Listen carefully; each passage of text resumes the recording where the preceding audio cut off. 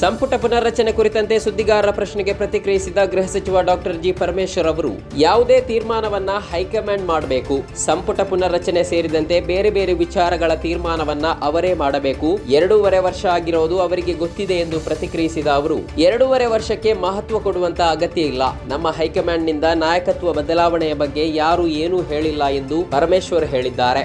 ಬೀದಿ ನಾಯಿಗಳ ದಾಳಿಗೆ ತುತ್ತಾಗಿ ಗಾಯಗೊಂಡವರಿಗೆ 5,000 ರೂಪಾಯಿ ಹಾಗೂ ಮೃತಪಟ್ಟವರಿಗೆ 5 ಲಕ್ಷ ರೂಪಾಯಿ ಪರಿಹಾರ ನೀಡಲಾಗುವುದು ಎಂದು ರಾಜ್ಯ ಸರ್ಕಾರವು ಆದೇಶ ಹೊರಡಿಸಿದೆ. ಬೀದಿ ನಾಯಿಗಳ ದಾಳಿಗೆ ತುತ್ತಾಗಿ ಗಾಯಗೊಂಡವರಿಗೆ ನೀಡುವ ಪರಿಹಾರ ಹಣದಲ್ಲಿ ಚಿಕಿತ್ಸೆ ವೆಚ್ಚಗಾಗಿ 1,500 ರೂಪಾಯಿ ಹಾಗೂ ಗಾಯಗೊಂಡ ಸಂತ್ರಸ್ತರಿಗೆ 3,500 ರೂಪಾಯಿ ಪಾವತಿಯಾಗಲಿದೆ. ಬೀದಿ ನಾಯಿಗಳ ದಾಳಿಯಿಂದ ಮೃತಪಟ್ಟವರಿಗೆ ಅಥವಾ ರೇಬಿಸ್ನಿಂದ ಮೃತಪಟ್ಟವರಿಗೆ 5 ಲಕ್ಷ ರೂಪಾಯಿ ಪರಿಹಾರ ನೀಡಲಾಗುತ್ತದೆ.